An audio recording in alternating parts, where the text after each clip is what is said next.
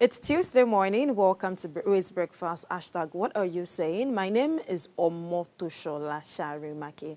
Today, we've got exciting and interesting content for you, ranging from our headlines across the globe and to we celebrating Father's Day, because it was celebrated on Sunday. And we joined later by a guest to talk about the dynamics of fatherly love. Good morning to you, Godspeedy. How are you this morning? Good morning to you. Good morning. How are you? How's your night fine, rest? thank you. You don't seem to be like in the goofy green mood. I know. What's going on? Okay, so, I mean, there are some days where you just want to be like, okay, Right. you know what, let's rest. So, Oh, yeah. right. All right, we take a quick break right now. We return with headlines across the globe. Please stay with us. We'll be back in a jiffy.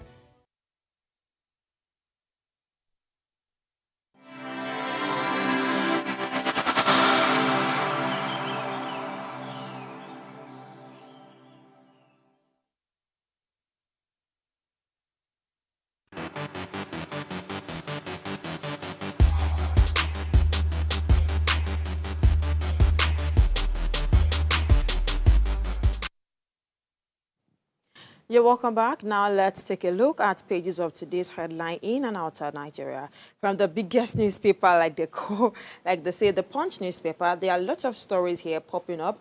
And the first one, which is the major headline of the Punch newspaper here, says, cholera spread. Fear of school outbreak rises as pupils resume. Right under it, Lagos Emergency Committee meet. UNICEF experts urge sanitations in schools. At the top right corner of the Punch newspaper, importation duty. Federal government summons 80 private jet owners over operating papers. Right beside it, the story here says Senate to receive 2024 supplementary budget by July. Then, speaking about the Salah celebration, National Assembly leaders visit Tinubu pledges support. At the bottom corner, Presidency Obi clash over new presidential jet. Right beside it, three-year-old boy missing during Salah celebration in Lagos. And finally, the story here says abducted MD, others still in captivity as rescue efforts continue. And the story that caught my attention this morning, in which you can also be a part of the conversation by dropping your comments and by going to our different social media platforms to be a part of the conversation. Mine will be on the health issue, cholera spread. Fear as school outbreak rises as pupils resume. And Lagos Emergency Committee meets. UNICEF expert urge sanitations in schools. We cannot stop talking about the rise of cholera outbreak in Lagos because students will be resuming back to school. There was a mid-term break, and there was Salah celebration break, which was Monday and Tuesday. So they're resuming back tomorrow. And we know how pupils can be. We live as students now. So believe pupils are students, are kids in primary schools, primary 1 to 5. We know how reckless they can be, how playful they can be, drinking bad water. There was a time I saw kids drinking tap water at the street. So I think they just enjoy that.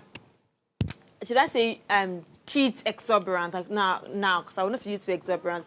So for this thing should be the collective effort of the parent from the house. Ensure that your child is well dressed, good water, drank good water. Your child is eating well, and then going to school, the teacher should take it off from there. Right from the gate man at the gate, to the teachers, to the clinic, to the cleaners in school, to the school principals, ensure that the environment is neat. Ensure that, we know that we cannot oversee everything going on in the school, but it's out to be 100%, 80%. And to you, our dear viewers, cholera outbreak is real in Lagos. Try as much as possible to stay safe and stay healthy.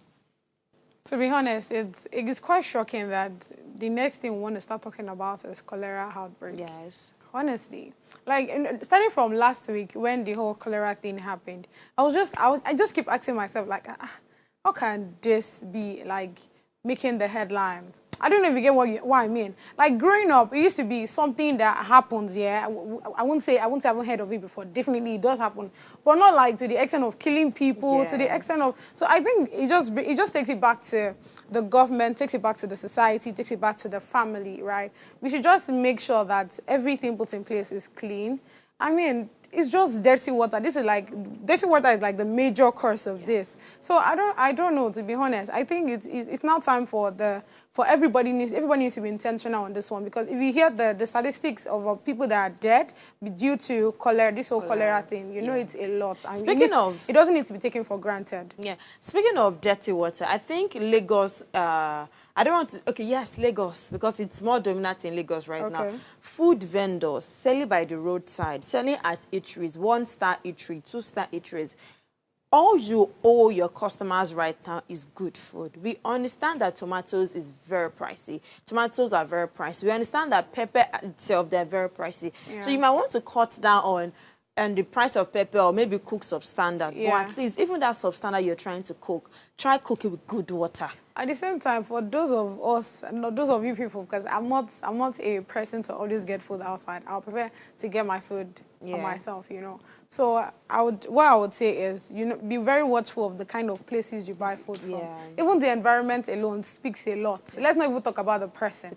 Because if the person is a clean person, trust me when I say it's either the person looks for a better spot to stay, or the person tries as much as possible for that environment to be clean. So you have to look at the environment. I see places where I want to go and get, let's use pastries for example. I want to go get snack and I'm seeing flies inside the whole cupboard thing. That's not me. I'm not going to buy it. Obviously. I'm sorry. I am not going to buy it. So I think it's important now that every one of us start taking these measures, you know, and keeping this whole thing, like, let's make it important or relevant, because, I mean, looking at the statistics, it's a lot. This was but how let's quickly COVID-19 fly started. out. Do you understand? Let's quickly fly out. So I'll be taking the New York Times newspaper.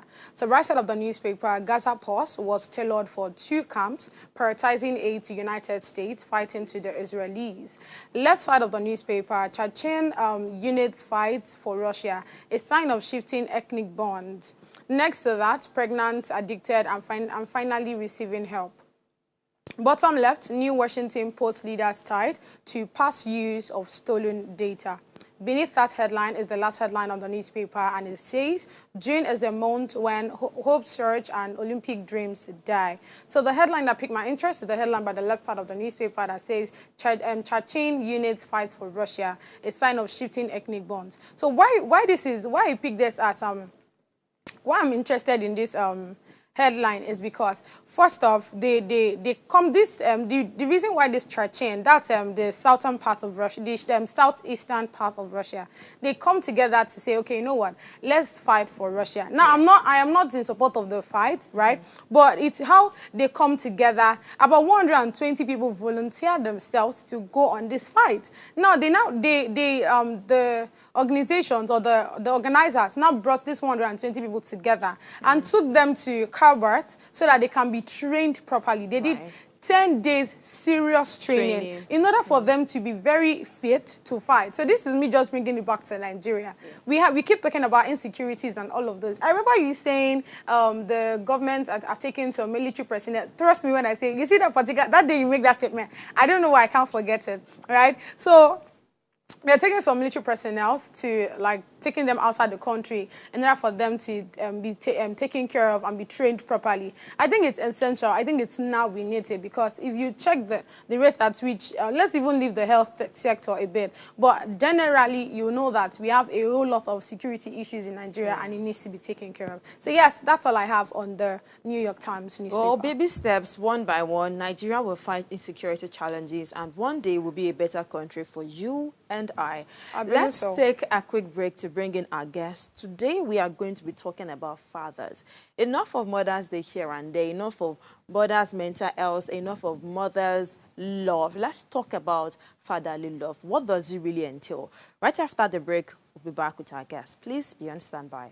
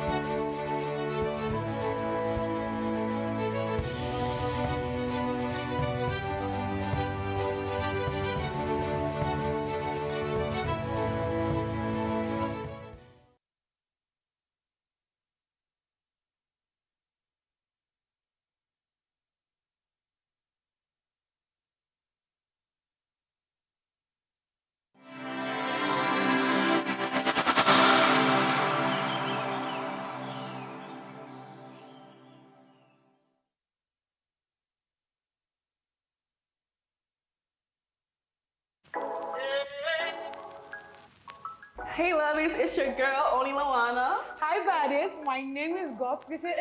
And you can catch us every weekday on Gossip Gala. So you know. Nigeria, by extension, Africa, is faced with a lot of challenges. With the growing youth population and very little engagement. That is a ticking time bomb. We're blessed people with a diverse culture who have a lot to say. And yes, we are talking. It is important we drive conversations that informs, inspires, and influences thoughts and actions. If we say there is beauty in diversity, then let us embrace our diverse culture. We must continue to courageously be the voice of transformation. As we are the hope for the future, Yesterday's conversation shaped today. What are you saying to shape your tomorrow? We know you have a lot to say, and we are here to hear you.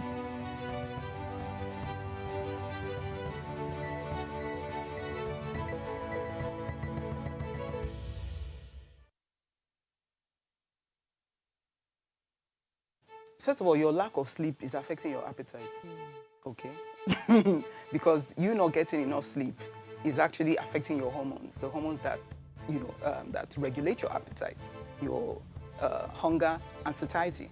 Do you understand? So your lack of sleep is already causing havoc in terms of your weight, in terms of your eating, in terms of your productivity, in terms of your brain power. So many things. You're more irritable, you're snappy. It's affecting relationships. It's affecting so many things. So this our lifestyle is actually not helping us. And so but what we do, we have to be intentional. So that's the first thing, is to be intentional and say, you know what, I cannot kill myself. I cannot kill myself. I have to actually take my health and my life into my hands. Okay, so that's first step. So.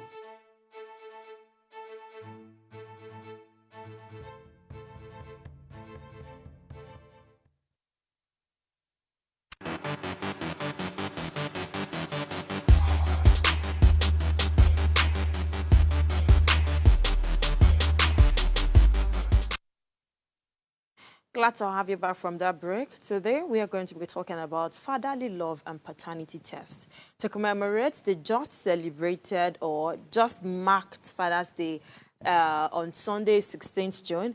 As we delve into the topic, we have a guest, a thought leader. He goes by the name Miracle Yemo. He's a thought leader who focuses on improving leadership and political dynamics in Africa.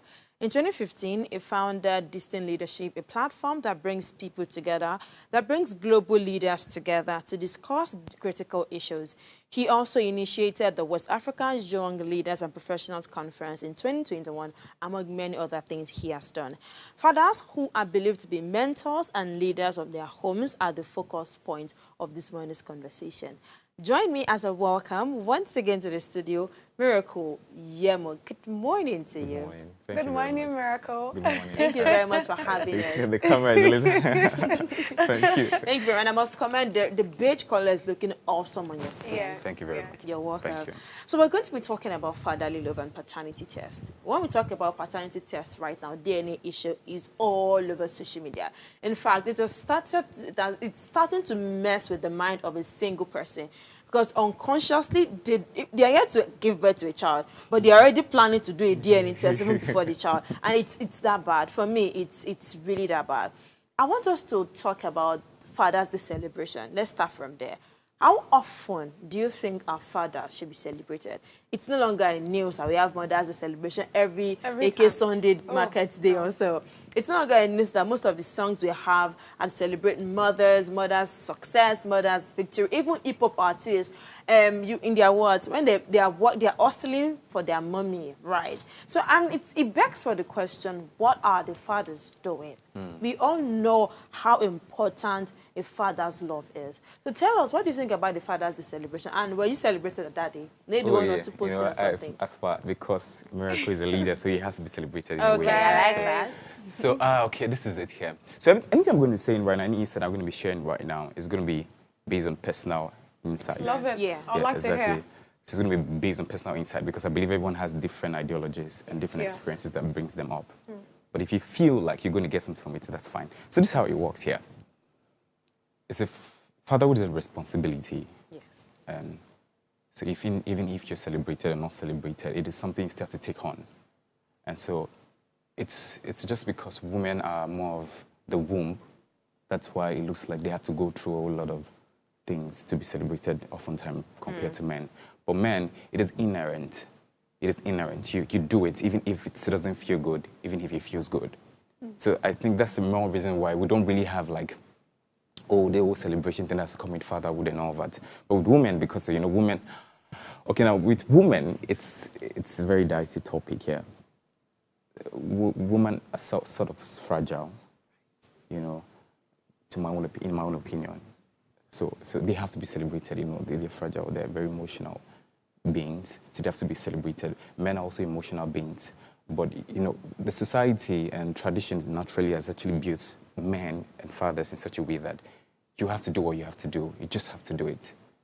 And if you check the majority of the, hard-working sectors in the world globally, you see that they're being held by men because it takes a whole lot. So even if you're celebrated or not celebrated, you still have to do what you have to do. Yeah. You know, so for how often should men be celebrated? I think men are celebrated oftentimes by who they choose to marry or who they choose to build a life with, basically, you know, because the world won't celebrate you like he should. Basically, who you choose to be as your partner, whosoever, what partnership you want to have go into, will be like the best form of celebration for you. You know, so I think. Okay, so nice one, Miracle. I hear you, right? So quick one. What's your definition of father's love? And how can it be effectively expressed to ensure that children feel loved and secure? Because, I mean, in as much as we're talking about fathers, we can't exempt it from the children. So, yeah. Okay, so, see, the topic of father love, it's really wide. It's really, really wide. And we're talking about father's love. It's wide in such a way that a lot of things affect how a father loves. A lot of things, a whole lot of things. I would like to hear that. So, the father of the father who is actually loving the son, and the father of the father. And now, even the father of the father experiences also affects even the one who is wanting to love the child now. Right. So a whole lot of experiences, a whole lot of things come into play when we're defining love. But this is my own opinion. I believe that, see, no matter how a woman takes care of a child, the role of a father cannot be overlooked. So except a woman who train herself to be a father, but still doesn't even remove the place of a father. Now, when it comes to father's love, you see, I watched a video on TikTok, and it was like, you know, a mother gives you knowledge, but a father makes you earn knowledge. So the way it works is this, but it's not generalized. It's not everybody. It doesn't work for everyone like that, you know. It's how you were built. But naturally, the natural way that we all assume is that men are meant to lead. Men are meant to lead. Men are meant to actually show the way. So that's why it looks like that. But this is why I think it is okay to be a man. It is okay to be a father. It's okay to be emotional. Because sometimes we say that fathers are not meant to be emotional, meant to be strong, meant to be like this. Yeah, you know. But I don't believe in that. I believe that whatever it takes to be a father, you have to do it. And when I say whatever it takes to be a father, it doesn't mean that you ought to like be all hard and be soft. But, you know when it is required of you to be soft. And that's what being a father really means. And that's why I say it comes with a whole lot of responsibility. And it begins with you as an individual. That, okay, this is who I want to be. So some men don't want to get married. It's not wrong. It's your choice. Some men don't want to be fathers. Some men don't want to have kids. But being a father is not solely restricted to having children alone. But there's still a distinct difference being a father. So it means you're actually fathering something. You're actually fathering something. It means you're helping something grow. You're helping something mature. You're helping something nurture. So that's what being a father really means. That you know that this is what you want to go into, and then you have that responsibility. And you have the mindset of a responsibility that, oh, I have to do this. I have to do this. And not just with someone else, but with you. Because sometimes to raise a child is not just, oh, I love him so much, I love him so much. It's understanding what could possibly affect the life of that child. It's not like being a project manager where the child is a project here and you want to work on this project. You have to just have an idea of what the child will possibly look like. You definitely will not know what the child will look like. Right. But you're trying to have an idea and you possibly have to put things into place. You say, okay, let me see if this works.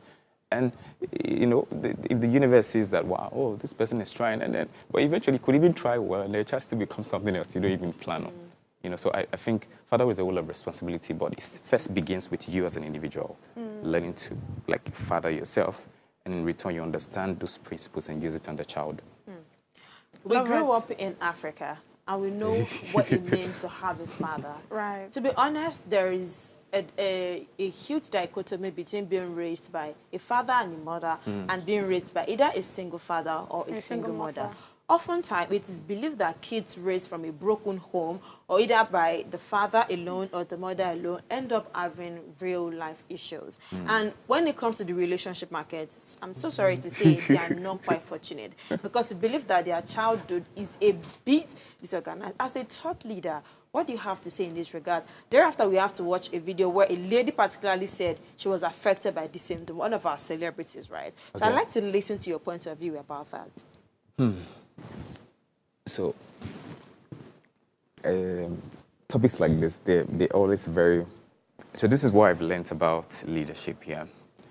And I always say this in every opportunity I've had, every platform I've had to speak, is leadership is dynamic. Yeah, it's really dynamic. And there's no one way of doing things. There's no one way of doing things. True, it affects. But sometimes, too, people are really fortunate to really have that understanding about to make decisions and change the course of their life in a way. I like you to be more practical. Okay. Because you're sounding as if it's just a normal thing, and the world are saying it as a normal. I like it to be more practical. Okay. Let me put it this way. Okay, you want to be more practical on what subject exactly? So that... The two. Okay. This is it here. I think that the two have to coexist, really. They have to coexist. You can't do without one, and the other cannot do without one. If one even eventually gets to do away with the other, there will be a deficiency.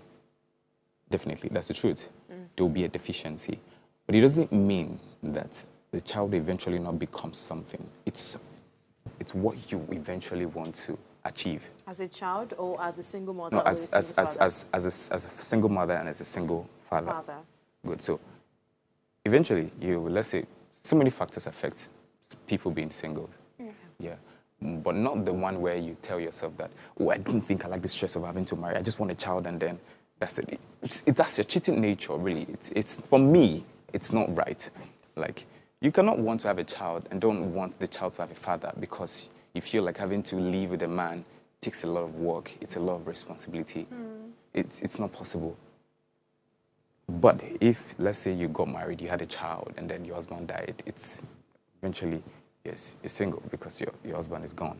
Probably if some people decide they don't want to marry anymore, that's the case. But now, the case of where they decide that I just want to have a child and I don't want something else, now I think that's wrong.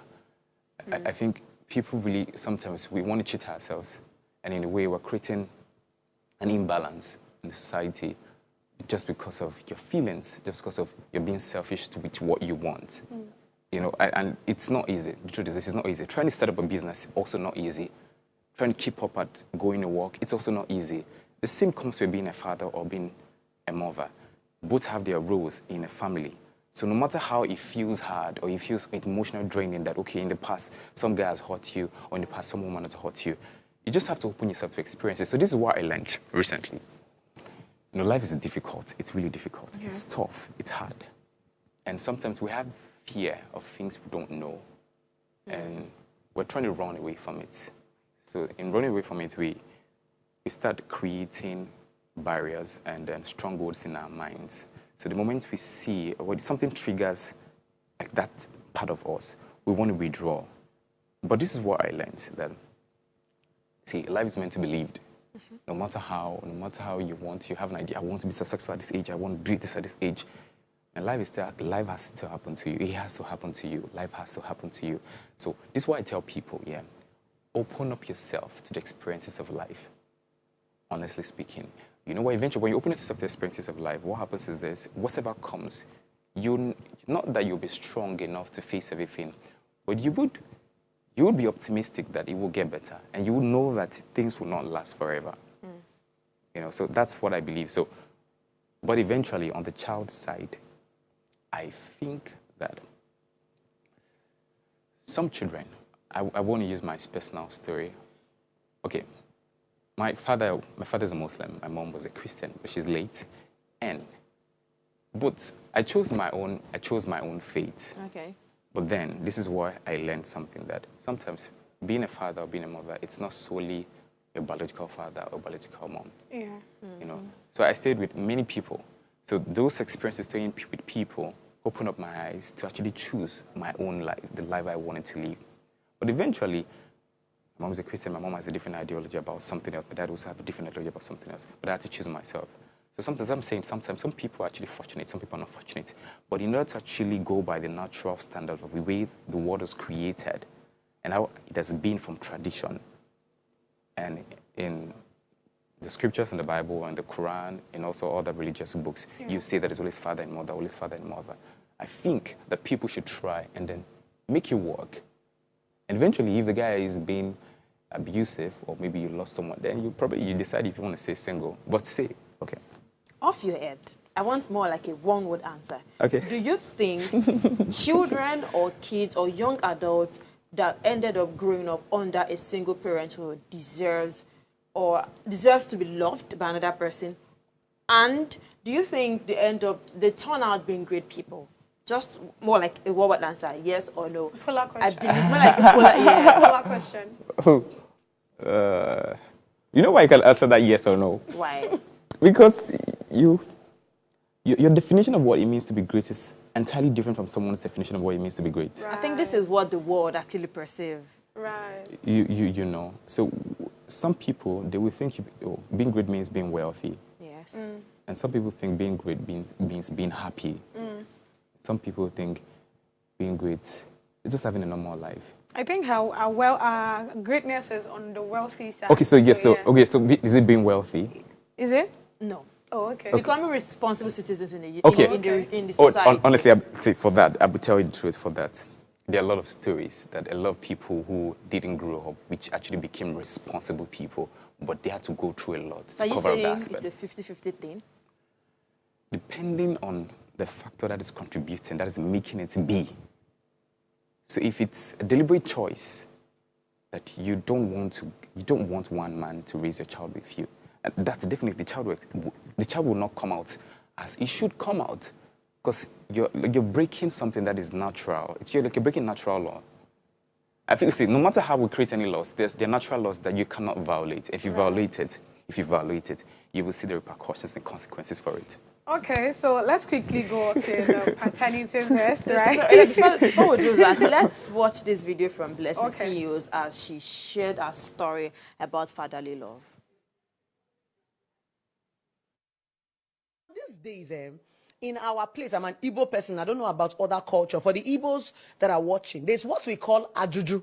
When you want to get married, there's what is called questioning. Your parents in those days will go and question and know the roots of your background, know the lineage of where you are married from. These days, the reason why marriage does not work, you will just pick anybody from the streets. Carry belle, I am in love. These are the issues. This man have actually brought a very, very important insight about marriage.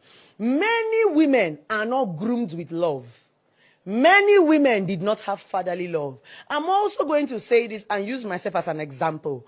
I married at the age of 18. I started dating at the age of 15. Why? My father was always busy. I met someone at 15. It wasn't that we were even having sex. But this guy was so nice to me. He bought me a phone. He was always calling me. So I saw him like a father figure because he was like 15 years older than me. So there was this father figure. There was this love. He calls me 24 hours. My father, the only time he talks to me is when, what's your position in school? What did you do? Your mother said, he's always complained. My father never one day called me to sit me down. It's even now that I'm an adult that I grew up and I told my father the pains of why I got married. Because when I was getting married at 18, my father wept. You see, exactly what this just takes me back to the question I was asking before. You know, I feel like the way, probably because maybe we don't understand what fatherly love is about, to be honest, right?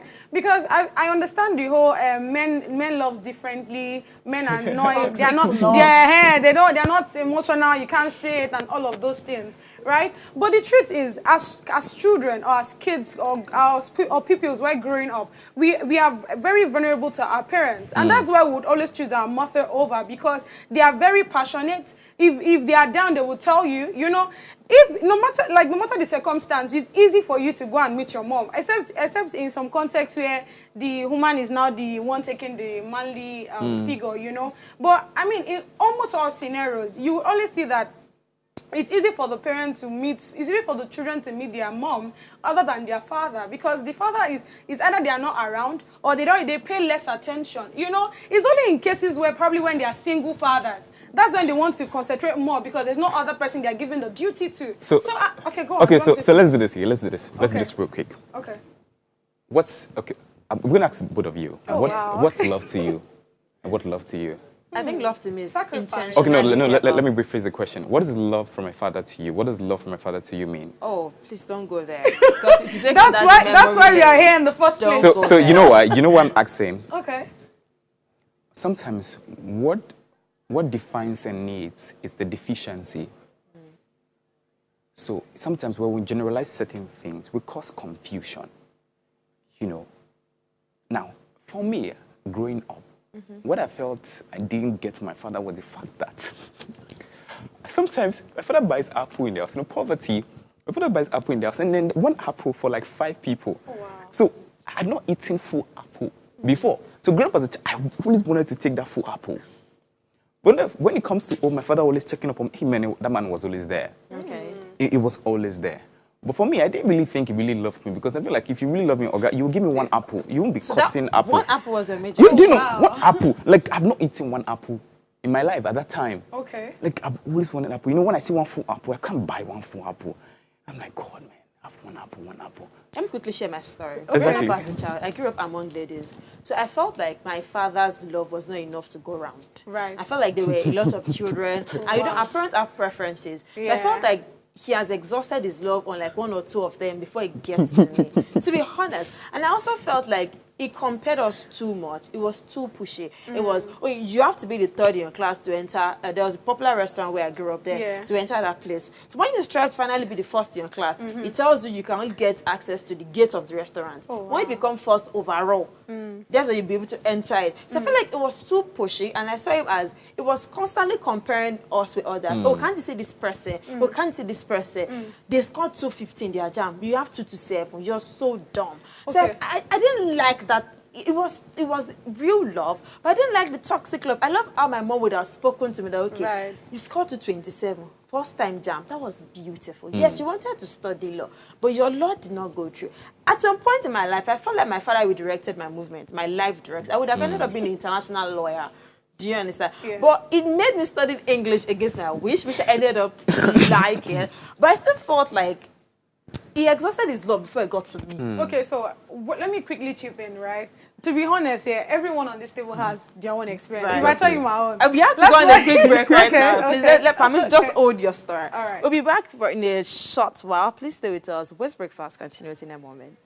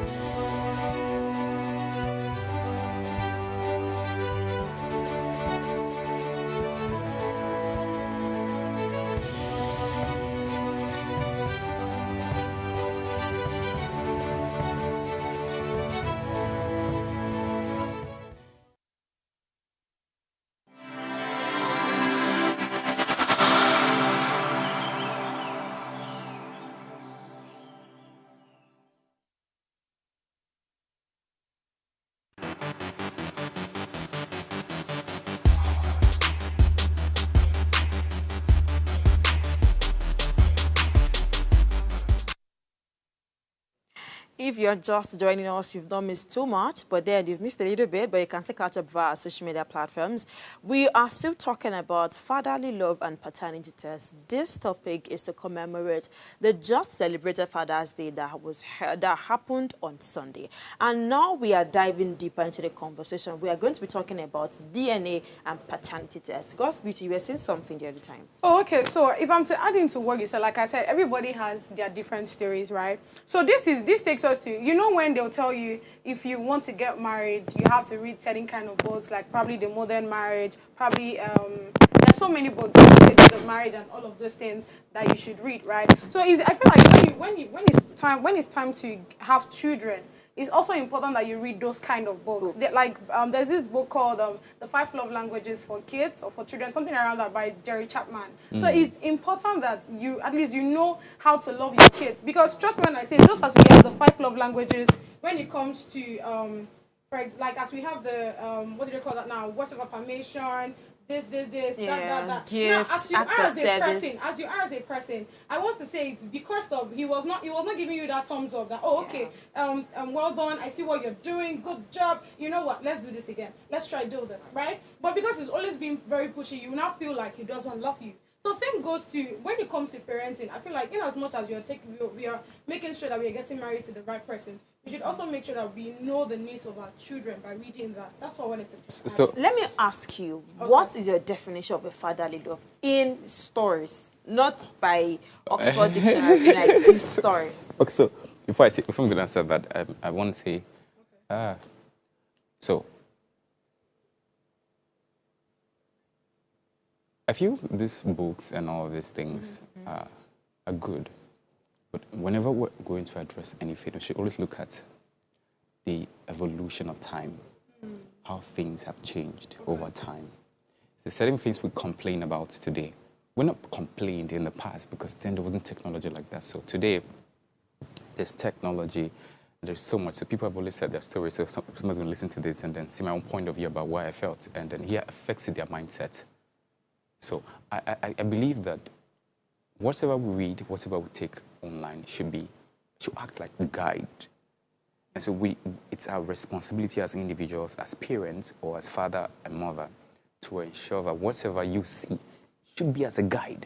Because eventually when you take that as a way, it's going to cause problem, and then you will struggle. And when you struggle, you will think that what you got was useless. But in a way, probably you didn't use it well, interpreted it well. So now, my own definition of father's love. I'm trying to think about my life. I'm trying to think about my life. So for me, I think being a father means being there. We go through a lot in life. Like, we go through a lot, especially mentally, that sometimes we don't know how to even express ourselves. And I think father's love is being able to communicate to your child and then, not like try to show off what you know, not like try to show off, like, oh, I can talk, I have knowledge, I'm a pastor, I'm a lawyer, I can, It's just letting your child know, see, I'm here. And it's okay, you could make mistakes, but just know that I'm here. And sometimes, no matter how you love your child, sometimes life itself has to make them appreciate the kind of love that you had for them. So that's why sometimes it takes years for some of us to actually realize that, whoa, like my father really loved me. Sometimes our level of maturity sometimes might not accommodate the level of love our parents is showing to us. So sometimes we have to go to a certain stage or certain age to begin to appreciate and understand that, whoa, so this man truly loved me. So you might think that your father in that way, but you also do not know, just as your father is your father, he also has a father. But every man's responsibility, every father's responsibility should be there, just like being a partner. Every partner, no matter how you get married, see, everybody, when it comes to sexual relationship, you want your partner to just be there. And I think, for me, a father's love is be there. You may not have all your money in the world, but be there. You may have all your money in the world, know how to use it to be there as well, too. So it's just learning how to be available. I guess our fathers were just the school fees wise. Yeah. So, yeah. They don't know more. No, I don't think they think like they don't know more. I don't think, you know why? That's how I think they don't want to mess with their masculinity, but Yeah. then let's deviate That from one is there. too deep now. let's deviate a bit. Let's talk about DNA, paternity test. It's the talk of social media space. Mohbad may so rest in peace. It's so sad that after the death of Mohbad, after all the back and forth surrounding his death, that we still have to go through DNA issues. His father saying, Mohbad's father saying he's not sure Mohbad is the father of Liam, if I'm not mistaken. That's the name of the child. Wunmi saying, social media saying is maybe probably the child of one Oba in Lagos, and so many back and forth requested for DNA tests. Nedu Azobia, one of the owners of Honest Bunch. He talked about, he himself, he had a similar issues. All his kids, I guess, at the time, were not his. And according to his wife, he didn't ask me or something like that. It's so common. And like they say now, it's the mother that knows the father of the child. Please, educate our men, especially the unmarried men or the single fathers. No, single, men that are yet to have a kid. How can we take away DNA tests from their head? Because you're yet to have a child, you're already thinking of DNA test. And then how can we ensure that you are the father of your child? Because it's so painful, to be honest, to train a child from start to like 13 years, 4 years, only for you to find out that the child is probably someone else's child. It can be so painful. But let's talk about DNA tests. Okay. So before we talk about DNA test, years back, I think probably they might not be that, medicine that we use for like do this and that. So sometimes you would not. Well, you would probably, if you read documentaries, you wouldn't really hear about DNA tests.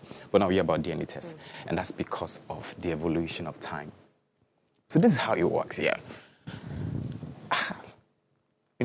Why you can't stop men from wanting DNA test, and why it is because everyone is growing. And a lot of things are making everyone feel like I'm growing. Mutijasi, I know what's happening in the street now. And people's desires have been altered. People's ideology about what life should be, what certain areas of life should be, have been altered. So you see, in a relationship, a lady likes a guy, but she's in a relationship. But that guy, she sees that guy as, this guy is cool. I don't think I see him as the kind of guy I would want to be open up myself with, but I feel he's responsible. This is the kind of father that I want to be for my children. I want this kind of husband. But sexually, they feel attracted to one other man. So you see, so that's what I'm saying. These things are they're very delicate. So when you're talking about them, you have to be careful. So eventually, she respects the man. Okay, I don't want to say it, but let me say it. So I met this lady. And she said that the fact that I'm in a relationship doesn't mean that I can't do what I want to do, And then she found someone else attractive to want to have sex with. And she wasn't going to break up with her boyfriend. And she told the guy, I'm not joking with my boyfriend. I'm not going to joke with him. It's like he's the one I want to get married to. And so that's what I'm saying, that a lot of things has contributed to people's mindset and understanding about marriage relationship being altered. So like there's an alteration already in a human existence already. So we could be in a relationship right now, and then you could still have someone outside. So these stories, individual, the Gen Z, the old generations thing has come together. So people are going to go into a relationship with the mindset that this person could possibly be doing something before now. And because, like I said, what determines a need is the lack. So this person probably is getting married because I just want a child. Or probably because he has money. Yeah. So you see, so the next thing is I want someone who's going to take my inheritance, and I want a man. The future is secure. Yeah, exactly, So, but eventually, this is my own idea. Marriage is not for having kids. This is just personal. I think, eventually, I get married today, I have children. My children won't be as important as my wife. No, see, I don't want to know if somebody's going to die today. My baby has to die first. I love this. My baby has to die first because I'm sorry, but my baby has to, because eventually the person who stayed with me when I was broke, when things were hard, was my babe. So you're telling me that, okay, and I will lie and then I will, no. So I don't like people coming to me and telling me, oh no, my children. No, I think life should not be centered around those things alone. There are other countries that you're only allowed to give it to one. Yeah. Two.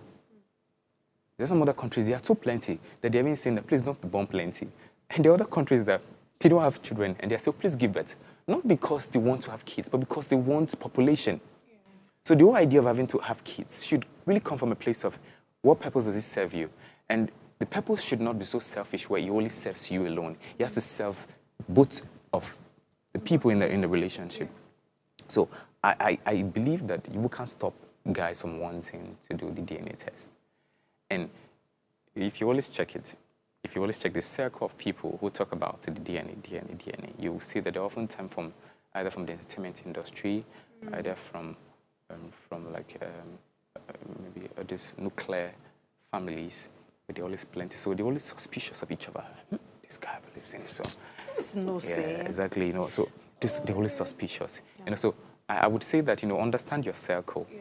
When you understand your circle, understand who you're actually getting into relationship with or marriage with. But forget it. We can't stop people from that. So the aspect of the Mohbad, I don't like to talk about this story because I feel like well, this guy is gone, maybe there's not really points here, but let me talk about that. I say for me, these things have to go on because they have to get to the root, because they just have to get to the root, and then it just creates liveliness in the society, in the nation. So when people don't know what to say, at least there's something to talk about. So that's the case. But for the issue of the DNA, I don't think we can stop people from doing it. We can't stop people. And I don't want to say this. I might not tell you do not do it. But I would say that if you understand the woman you're getting married to, and you're suspicious about something, talk to her about it. But then, like I said, evolution, people are very good at lying, not because they really want to lie, because they want to protect their feelings. They also want to protect their own ambition too. Yeah. So it's risky. It's very risky. If your marriage is risky. I'm so sorry to cut you short. Godspeed, I'm sorry. I know you like to ask a question, but just like in sex, there's a post-nut clarity. After DNA, there's a post-DNA clarity. Who should suffer the post-DNA clarity? Should it be the child or the mother? Okay, yes, we've confirmed that this kid or this child is not your child. Who should bear the brunt? Should it be the mother for giving the wrong child to the wrong father, or should it be the innocent child that grew up in love? Now, his or her journey has to now scatter, trying to move to a better father, to the original father. Who should suffer it? Because I feel like we oftentimes don't think about what happens after. Now, the aspect of suffering, whosoever will suffer will have to suffer, but, why I'm saying this is because, there will always be victims here, and being a victim begins with you. How do you think about it? Being a victim begins with you. The truth is, things happen. A lot of things happen that we don't know. There are a lot of cases more than way higher than Mohbad's case. Just because Mohbad was a famous guy. That's why his case really came out very well like this. I think women and men should try to be honest with what they want, really. I know it's hard. I know sometimes we're being selfish. But really, people should try and be honest when it comes to coming together. Really, like, some of this problem is because of dishonesty, because you're not telling, just talk. Because, there's no English I will speak here that will make someone say that, oh, that's your child. Or they'll say, oh, that's your child. Because our hearts are full of what we want. And when we're full of what we want, we don't tend to think about the implications. So what we're thinking about is just what I want. And no matter how you speak English to the person there, you go for counseling.